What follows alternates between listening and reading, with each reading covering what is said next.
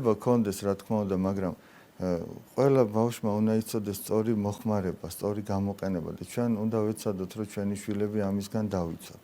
და როგორ დავიცვათ?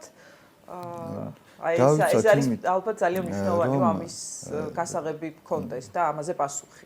დიახ, აი ნახეთ, დავიცვათ იმით ალბათ, რომ შევქმნათ რაღაცა ალტერნატიული გარემო ისეთი, რომელ გარემოშიც არ იქნება მოთხოვნილება იმ რაღაცა გაჯეტებისა და რაღაც ტელეფონების და მთელი ამბავი. იმიტომ რომ ეხლა წარმოიდგინეთ, რომ ადამიანი აი ქუჩაში ფეხბურთს რო თამაშობს.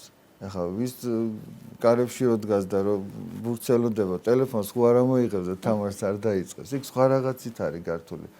და როდესაც ჩვენ ეს ვეღარ მივაწოდეთ ბავშვებს და მშობელმაც დრო ვეღარ დაუთმო ბავშვს, მერე ბავშვმაც იპოვა რაღაც ახლა კალაპოტს ხო აი მდინარე რომ მოდის, სადღაც ხო წავა, ის ხო არ გაჩერდება.